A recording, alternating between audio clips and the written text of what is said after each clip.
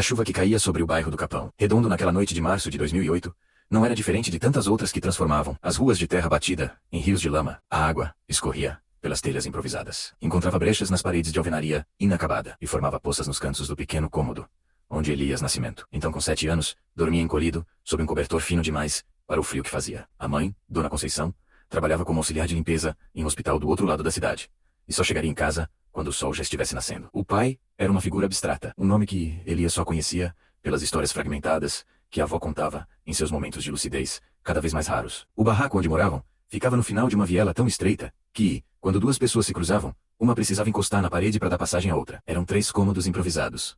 Um quarto, onde Elias dividia a cama com a avó, uma cozinha que também servia como sala, e um banheiro do tamanho de um armário. As paredes exibiam manchas de umidade que formavam mapas de países imaginários, e o chão de cimento queimado estava sempre frio. Não importava a estação do ano. O teto era uma colcha de retalhos de telhas, algumas de amianto amarelado, outras de zinco enferrujado. E quando chovia forte como naquela noite, baldes estrategicamente posicionados recolhiam a água que insistia em entrar. Elias era um menino magro, de braços finos e olhos grandes demais para o rosto. Tinha a pele da cor de café com leite herdada de uma miscigenação que se perdia nas gerações anteriores, e um cabelo crespo, que a mãe insistia em manter curto, porque não havia tempo nem dinheiro para cuidar de cachos. Era silencioso por natureza, um observador nato, que preferia ficar nos cantos absorvendo o mundo ao seu redor, do que participar ativamente dele. Na escola municipal onde estudava, os professores frequentemente esqueciam sua presença, e os colegas raramente o incluíam nas brincadeiras do recreio. Não por maldade explícita, mas pela indiferença que se reserva àqueles que parecem feitos de sombra e silêncio. A rotina de Elias era marcada pela repetição e pela solidão. Acordava antes do sol nascer, preparava seu próprio café da manhã, geralmente pão com margarina e leite aguado. Verificava se a avó estava respirando bem e caminhava os 40 minutos até a escola, porque não havia dinheiro para passagem de ônibus. As aulas passavam como nuvens distantes, e ele aprendia mais observando o comportamento dos outros do que ouvindo as explicações cansadas dos professores sobrecarregados. No caminho de volta, evitava as ruas principais onde os garotos mais velhos costumavam formar grupos que ele instintivamente sabia serem perigosos. Foi em uma dessas voltas para casa, em um dia de setembro daquele mesmo ano, que Elias descobriu a academia de boxe do seu nonato. Não era exatamente uma academia, para ser honesto. Era mais um galpão improvisado nos fundos de uma casa de material, com paredes de tijolo aparente e um teto de zinco que transformava o interior em uma fornalha. Durante o verão, havia um ringue montado com cordas de varal e postes de madeira, sacos de pancada feitos de lona e areia, e alguns pesos improvisados com latas de tinta cheias de cimento. O chão era de terra batida, coberto por um tapete de borracha que já tinha visto dias melhores. Um ventilador de teto girava preguiçosamente, movendo o ar quente de um lado para o outro, sem nunca realmente refrescá-lo. Elias descobriu aquele lugar por acidente. Tinha tomado um caminho diferente para evitar um grupo de meninos que o haviam perseguido na semana anterior. E a viela onde se enfiou terminava justamente nos fundos do galpão. Havia uma abertura na cerca de madeira podre, um buraco do tamanho de uma bola de futebol. E através dele o menino viu algo que mudaria sua vida para sempre. Dentro do galpão, 2 homens dançavam. Pelo menos, foi assim que Elias interpretou inicialmente. Eles se moviam em círculos, os pés deslizando sobre a borracha gasta, os braços erguidos em uma posição que parecia ao mesmo tempo defensiva e ameaçadora. Um deles era jovem, talvez 20 anos, com um corpo esculpido de quem conhece o trabalho físico desde a infância. O outro era mais velho, careca, com uma barriga que começava a se pronunciar sobre o short de treino. O mais jovem avançou com um movimento rápido, o punho cortando o ar como um projétil. Mas o mais velho simplesmente não estava mais onde deveria estar. Tinha se movido para o lado com uma economia de movimento que parecia impossível. E antes que o jovem pudesse se recuperar, recebeu um tapa na lateral da cabeça. Você está telefonando seus golpes, disse o mais velho. A voz era rouca, marcada por décadas de cigarros e gritos. Quando você puxa o ombro assim, eu sei o que vem. Um lutador não pode ser previsível. O boxe é uma conversa, garoto. E você está gritando todas as suas palavras antes de pronunciá-las. Elias não entendeu completamente o que aquilo significava, mas algo naquelas palavras ficou gravado em sua mente. Ele permaneceu ali, o olho colado ao buraco na cerca, assistindo ao treino por mais de 1 hora. Viu os 2 homens repetirem movimentos, corrigirem posturas, trocarem golpes que às vezes conectavam e às vezes cortavam apenas o ar. Viu o suor escorrendo pelos corpos. Ouviu o som das respirações pesadas. Sentiu o cheiro de esforço que atravessava a cerca de madeira. Quando finalmente chegou em casa, a avó estava acordada, sentada na cadeira de plástico da cozinha, os olhos perdidos, em algum ponto, além das paredes manchadas de umidade. Você está atrasado, ela disse. A voz vazia de acusação ou preocupação. Era apenas uma constatação de fato. Me perdi, Elias respondeu. Naquela noite, deitado na cama estreita, ouvindo a respiração irregular da avó ao seu lado, Elias não conseguiu dormir. Ficou repassando mentalmente cada movimento que tinha visto, tentando entender a lógica por trás daquela dança violenta e bela. Os punhos cortando o ar, os pés deslizando, a esquiva que transformava um golpe certeiro em um desperdício de energia. Havia uma matemática ali, uma gramática de movimentos, que ele intuía sem conseguir articular. Nos dias que se seguiram, Elias começou a fazer desvios cada vez mais frequentes, no caminho de volta da escola. Sempre passava pelo buraco na cerca. Sempre ficava observando por pelo menos alguns minutos. Às vezes o galpão estava vazio, e ele podia ver apenas os equipamentos imóveis, sob a luz filtrada pelas telhas de zinco. Outras vezes havia treinos acontecendo, e ele absorvia cada detalhe, com a concentração de quem estuda, para uma prova crucial. Seu nonato, descobriu depois, era um ex-lutador, que nunca tinha chegado longe no esporte. Uma lesão no ombro aos 28 anos tinha encerrado sua carreira, antes que ela realmente começasse, mas ele não conseguiu abandonar o boxe. Abriu o galpão com o dinheiro que juntou trabalhando como segurança, e passou a treinar jovens do bairro por valores simbólicos, ou, em muitos casos, de graça. Tinha uma filosofia simples. O boxe mantinha os meninos longe das esquinas, das drogas, das armas. Cada garoto que ele conseguisse colocar no ringue era um garoto que não terminaria em uma vala ou atrás das grades. Elias nunca teve coragem de entrar no galpão. Sabia que seu nonato não cobrava muito, mas não muito ainda. Era mais do que ele tinha. Além disso, havia algo na ideia de se expor que o apavorava. Observar era seguro. Participar significava ser visto, ser julgado, potencialmente ser humilhado. E Elias já carregava humilhação suficiente na vida, menos as roupas remendadas, o material escolar emprestado, os lanches que fingia não querer, porque não tinha dinheiro para comprar. Então ele observava. Observar. Começou a aprender. O primeiro insight veio algumas semanas depois do início de sua vigília. Elias percebeu que os melhores lutadores, menos aqueles que seu nonato elogiava mais, que conseguiam acertar golpes sem serem acertados, não eram necessariamente os mais fortes ou os mais rápidos. Eram os que prestavam mais atenção. Observavam um oponente com a mesma intensidade que Elias os observava do lado de fora da cerca. Notavam padrões, antecipavam movimentos, respondiam antes mesmo do golpe ser desferido. O boxe acontece primeiro na mente. Ele ouviu o seu nonato dizer uma tarde: seu corpo é apenas o instrumento. Se sua mente está lenta, seu corpo não importa. Elias começou a praticar em casa. Não tinha espaço, não tinha equipamento, não tinha espelho para verificar sua postura. Tinha apenas as imagens mentais que acumulava nas tardes passadas, observando através do buraco na cerca. À noite, quando a avó dormia, ele se levantava e ia para a cozinha. Ficava de frente para a janela escura, usando seu reflexo fantasmagórico no vidro como referência, e tentava replicar os movimentos que tinha visto. Os primeiros meses foram desastrosos. Seus socos eram desajeitados. Seus pés tropeçavam um no outro. Sua guarda era uma bagunça de braços sem propósito. Mas ele persistia. Toda noite, pelo menos uma hora, ele ficava ali na cozinha minúscula, socando o ar e tentando entender. A resposta veio em fragmentos. Um dia, observando um treino particularmente intenso, Elias notou que o poder de um soco não vinha do braço, vinha do quadril, vinha do pé plantado no chão, da rotação do corpo, da transferência de peso, que começava nos dedos e terminava nos punhos. Naquela noite, ele praticou apenas isso. A rotação do quadril, repetiu o movimento centenas de vezes, sentindo os músculos que nunca tinha usado reclamarem do esforço. Depois veio a percepção sobre a guarda. As mãos não ficavam levantadas apenas por ficar. Tinha uma função precisa: proteger o queixo e os lados da cabeça, os pontos onde um golpe poderia causar mais dano. A posição dos cotovelos protegia as costelas. Cada elemento da postura tinha um propósito, e quando Elias finalmente entendeu isso, sua guarda deixou de ser uma imitação vazia e passou a fazer sentido biomecânico. A mãe, Conceição, notou as mudanças no filho sem conseguir identificá-las. Ele parecia mais presente de alguma forma, mais focado. Tinha perdido aquele olhar perpétuo de quem está prestes a desaparecer. Ela não tinha tempo para investigar. Trabalhava turnos de 12 horas e chegava em casa destruída. Mas agradecia silenciosamente por qualquer coisa que tirasse seu filho do torpor, que parecia tê-lo consumido desde que nasceu. O ano de 2008 terminou com Elias tendo uma rotina secreta, que ocupava cada momento livre de sua vida. Escola pela manhã, observação do galpão à tarde, prática solitária à noite. Tinha cadernos onde desenhava diagramas de movimentos, tentando capturar em linhas e setas o que via os lutadores fazerem. Tinha desenvolvido um vocabulário próprio para descrever técnicas que não sabia terem nomes oficiais. O que ele chamava de o giro para dentro era provavelmente um pivô. O que ele chamava de braço de cobra era um uppercut. Mas a nomenclatura não importava. O que importava era que ele estava aprendendo. E ninguém sabia. Parte 2. O Aprendiz Invisível, o ano de 2009. Trouxe mudanças que testaram a determinação de Elias, de maneiras que ele não poderia ter antecipado. Em fevereiro, a avó sofreu um derrame. Não foi fatal, mas deixou o lado direito de seu corpo parcialmente paralisado, e sua fala reduzida a fragmentos incompreensíveis. Conceição precisou reduzir suas horas de trabalho para cuidar da mãe, o que significou menos dinheiro, entrando em uma casa que já operava no limite da subsistência. Elias, aos 8 anos, assumiu responsabilidades que não deveriam pertencer a uma criança. Aprendeu a dar banho na avó, a trocar suas fraldas, a preparar as papinhas que eram agora sua única alimentação. A rotina de observação foi interrompida por semanas. Elias não tinha mais tempo nem energia para desvios no caminho da escola. Chegava em casa, correndo para liberar a mãe, que precisava ir trabalhar, o turno que conseguira manter. Ficava sozinho, com a avó até tarde da noite, quando Conceição voltava com os olhos fundos de exaustão. Mas mesmo nos piores dias, Elias encontrava alguns minutos para praticar. Enquanto a avó dormia em seu sono agitado, ele ia para a cozinha e repetia os movimentos que tinha gravado na memória. Eram sessões curtas, às vezes não mais que 15 minutos. Mas ele se recusava a abandonar completamente o que tinha construído. O boxe tinha se tornado mais do que um interesse passageiro. Era um porto seguro mental,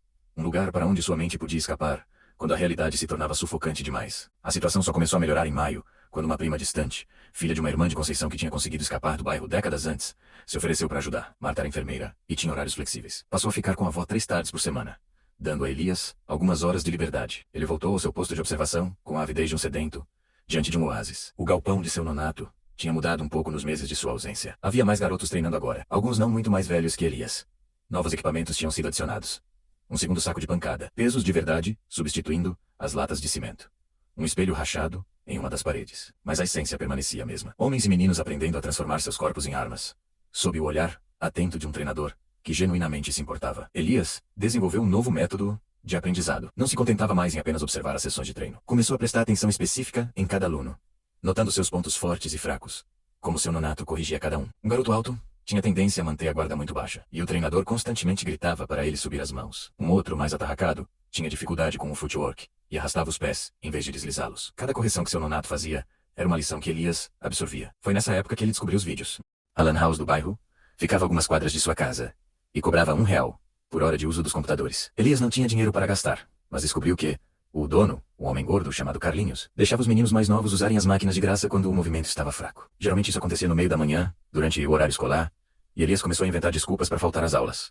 No início, ele não sabia exatamente o que procurar. Digitou boxe na barra de pesquisa do YouTube e foi soterrado por uma avalanche de vídeos. Lutas profissionais, tutoriais amadores, compilações de nocautes, documentários legendados. Era como se uma biblioteca inteira de conhecimento tivesse sido aberta diante de seus olhos.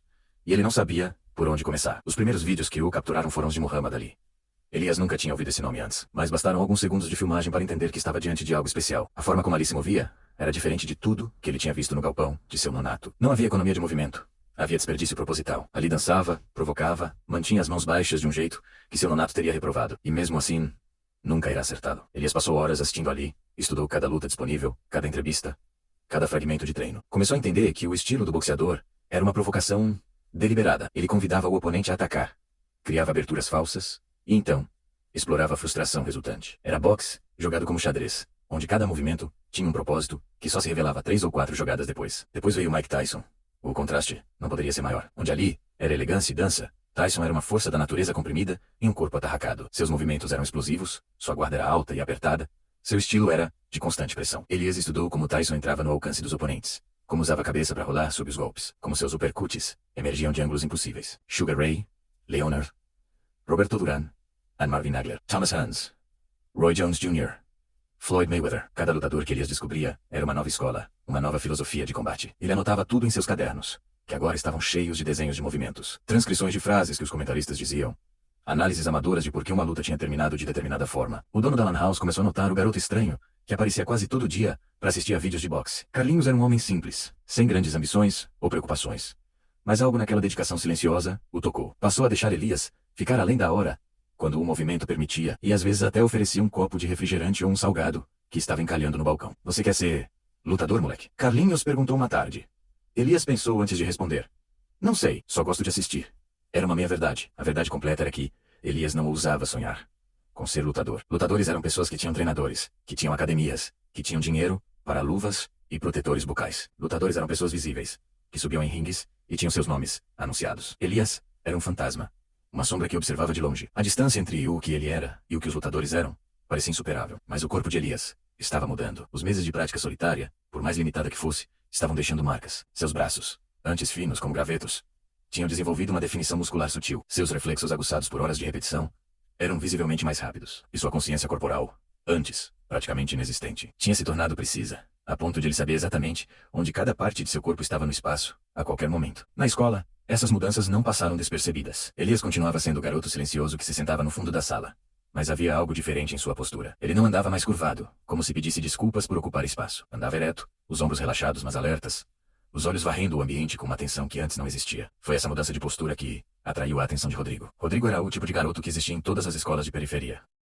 A força veio primeiro. Sem acesso à academia ou equipamentos, Elias improvisou. Encheu garrafas PET de 2 litros com areia e as usou como pesos. Fazia flexões até os braços não conseguirem mais sustentar seu corpo. Corria pelas ruas do bairro de madrugada, quando ninguém podia vê-lo, usando a inclinação das vielas como resistência adicional. Encontrou uma árvore, no terreno baldio próximo à sua casa, que tinha um galho baixo, o suficiente para servir como barra de exercícios. E passou a fazer barras toda noite, até as mãos sangrarem. O corpo respondeu, como corpos jovens respondem ao estímulo, com crescimento rápido e adaptação impressionante. Em 6 meses, Elias tinha ganhado 4 quilos de músculo magro. Seus ombros se alargaram. Seus braços ganharam definição. Suas pernas desenvolveram a explosão necessária para movimentos rápidos. Ele ainda era magro menos a genética, e a alimentação deficiente garantiam isso menos. Mas era uma magreza fibrosa, funcional, como a de um galgo de corrida. A experiência de combate era um problema mais difícil. Elias não podia simplesmente aparecer no galpão de seu nonato e pedir para lutar. Além da vergonha, havia o problema prático de que ele não tinha como pagar. E a ideia de aceitar caridade lhe causava um desconforto visceral. Precisava encontrar outra forma de testar o que estava aprendendo. A solução veio na forma mais arriscada possível. As brigas de rua não eram brigas organizadas, menos nada tão formal quanto isso. Eram simplesmente os conflitos inevitáveis que surgiam na vida de qualquer jovem de periferia.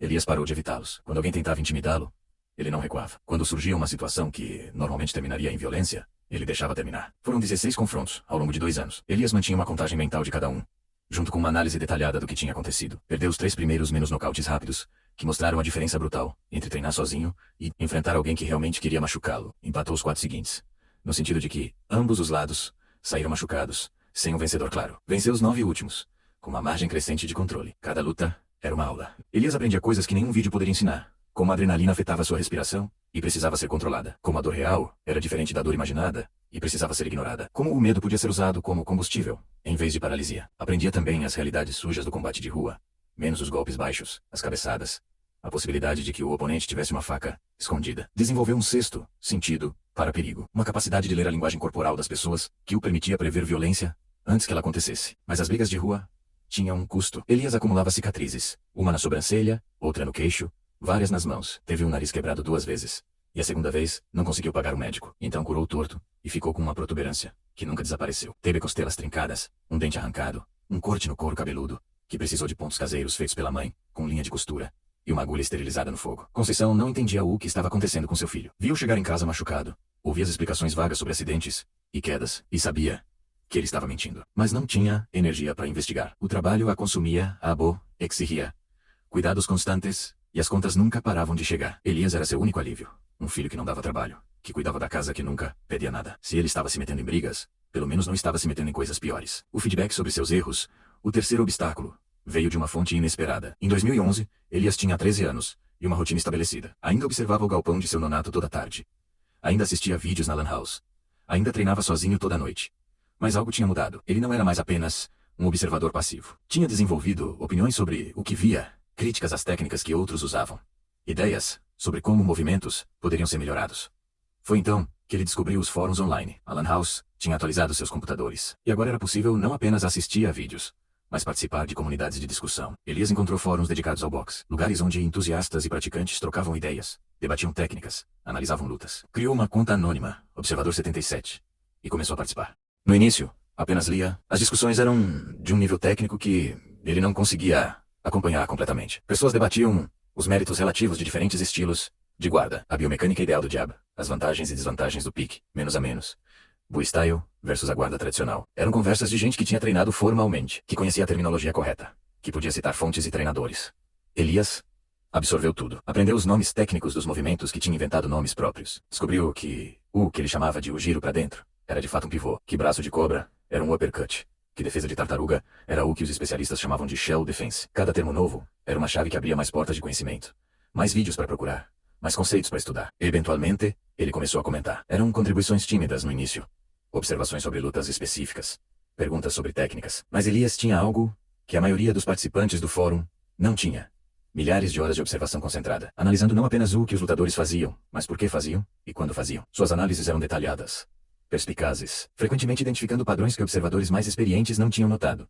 Os outros usuários começaram a prestar atenção. O Observador 77 passou a ser reconhecido como alguém que entendia o esporte em nível profundo. Apesar de nunca mencionar experiência prática, as pessoas começaram a pedir sua opinião sobre lutas, a debater suas teorias, a desafiá-lo quando discordavam. Essas discussões forçavam Elias a articular e defender suas ideias, a examinar suas próprias suposições, a refinar seu entendimento. Mas a contribuição mais valiosa do fórum veio na forma de uma funcionalidade que Elias não esperava: vídeos de análise técnica. Alguns usuários postavam vídeos de si mesmos treinando, pedindo feedback da comunidade. Outros postavam vídeos de alunos, buscando identificar erros que não conseguiam ver. Elias começou a fazer a mesma coisa, menos filmava seus treinos solitários na cozinha, usando um celular emprestado da prima Marta. Depois assistia aos vídeos, comparando com o que via os lutadores profissionais fazerem. A experiência foi devastadora e transformadora ao mesmo tempo. Ver-se em vídeo revelou dezenas de erros que ele não tinha consciência. Sua guarda, que ele achava sólida, tinha lacunas evidentes. Seu jab, que ele considerava seu melhor golpe, era lento e previsível. Seu footwork tinha um padrão repetitivo, que qualquer oponente atento poderia explorar. Elias passou semanas deprimido com essa descoberta. Tinha se convencido de que estava progredindo, de que estava se tornando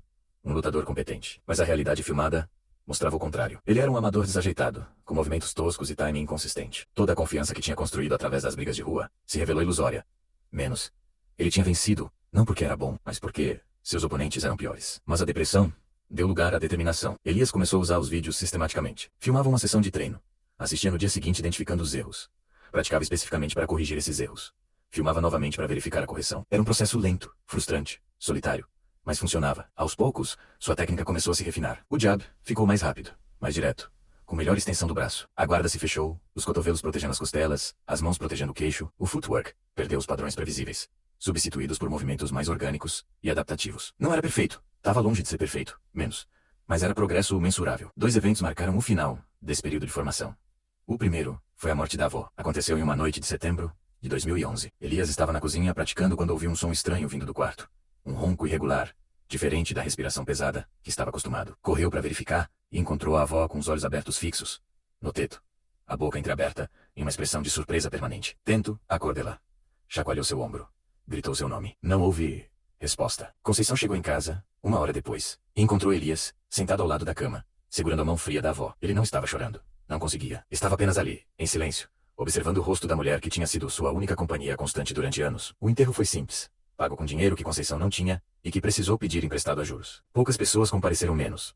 A avó tinha sobrevivido a quase todos os seus conhecidos, e os vizinhos eram íntimos demais com a morte para se impressionarem com mais uma. Elias ficou parado diante do túmulo, sentindo um vazio que não sabia nomear.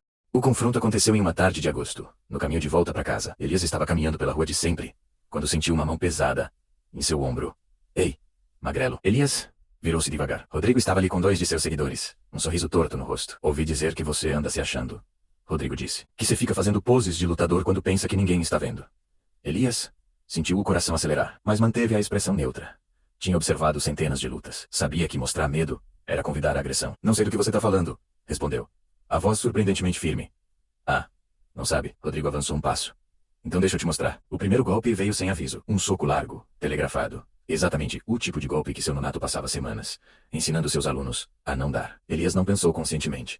Seu corpo simplesmente reagiu. Inclinou a cabeça para o lado, deixando o punho passar a centímetros de sua orelha. E deu um passo para trás, para criar distância. Os olhos de Rodrigo se arregalaram de surpresa. Ele esperava que o soco conectasse, que Elias caísse, que a demonstração de poder estivesse concluída. Em vez disso, estava diante de um garoto que tinha acabado de fazer algo que nenhuma de suas vítimas anteriores tinha feito. Filho da, Rodrigo rosnou, e veio com mais golpes. O que aconteceu nos segundos seguintes foi um paradoxo. Elias estava completamente sobrepujado em força, tamanho e experiência de briga real. Mas tinha algo que Rodrigo não tinha. Milhares de horas de observação condensadas em reflexos automáticos. Cada soco que Rodrigo desferiu, Elias conseguiu evitar ou bloquear, parcialmente. Não com elegância menos. Era uma defesa desesperada. Toda feita de recuos e esquivas, milimetricamente calculadas, menos. Mas era defesa efetiva. A luta, se é que podia ser chamada assim, durou menos de 1 minuto. Rodrigo conseguiu acertar 2 golpes no corpo de Elias, mas nenhum na cabeça. Estava ofegando de esforço e frustração quando um de seus seguidores gritou que alguém estava vindo. E o grupo se dispersou, tão rapidamente quanto tinha aparecido. Elias ficou parado na rua, o coração martelando, as costelas doendo onde tinha sido atingido. Suas mãos tremiam, mas não de medo. Tremiam de adrenalina, de uma euforia estranha que ele nunca tinha sentido antes. Ele tinha sido atacado por um garoto maior e mais forte. E não tinha caído, não tinha vencido, não tinha dado um único soco sequer, menos. Mas não tinha perdido. Tinha provado algo para si mesmo. Algo que ele não sabia que precisava provar. Seu corpo era uma arma. Uma arma tosca, improvisada, longe de estar afiada. Mas era uma arma. Naquela noite, depois que a avó dormiu, Elias foi para a cozinha e treinou por 3 horas seguidas. Praticou esquivas, bloqueios, movimento de pés. Revisou mentalmente cada segundo do confronto com Rodrigo, identificando o que tinha funcionado e o que não tinha. Fez uma lista das coisas que precisava melhorar. Velocidade de reação, força nos bloqueios, capacidade de contra-atacar, em vez de apenas defender. O encontro com Rodrigo teve uma consequência inesperada. A história se espalhou pela escola, não como a história de uma briga, mas como a história do magrelo estranho, que tinha feito o Rodrigo parecer idiota. Ninguém entendia como Elias tinha conseguido desviar de todos aqueles socos. E a explicação mais simples era que ele tinha algum tipo de treinamento secreto. Rumores começaram a circular. Alguns diziam que o pai de Elias era um ex-lutador que o treinava em casa. Outros diziam que ele tinha sido criado em uma academia de artes marciais antes de se mudar para o bairro. As histórias ficavam cada vez mais elaboradas. E Elias não fazia nada para corrigi-las. A verdade, que ele tinha aprendido tudo sozinho, observando através de um buraco, em uma cerca menos, era mais absurda do que qualquer rumor. Rodrigo, humilhado, manteve distância. Mas isso não significava que a ameaça tinha desaparecido. Elias sabia que, mais cedo ou mais tarde, haveria outra confrontação. E na próxima vez, defender não seria suficiente. Ele precisava aprender A atacar. Parte 3. A construção do lutador. Os 2 anos seguintes foram um período de transformação obsessiva. Elias tinha agora 11 anos, e uma clareza de propósito, que a maioria dos adultos nunca alcançava. Sabia exatamente o que queria menos dominar o boxe, e tinha identificado os obstáculos que precisava superar. Falta de força, falta de experiência de combate real, falta de feedback sobre seus erros. Cada um desses problemas exigia uma solução criativa, e ele passou a dedicar a maior parte de seu tempo mental a encontrá-las.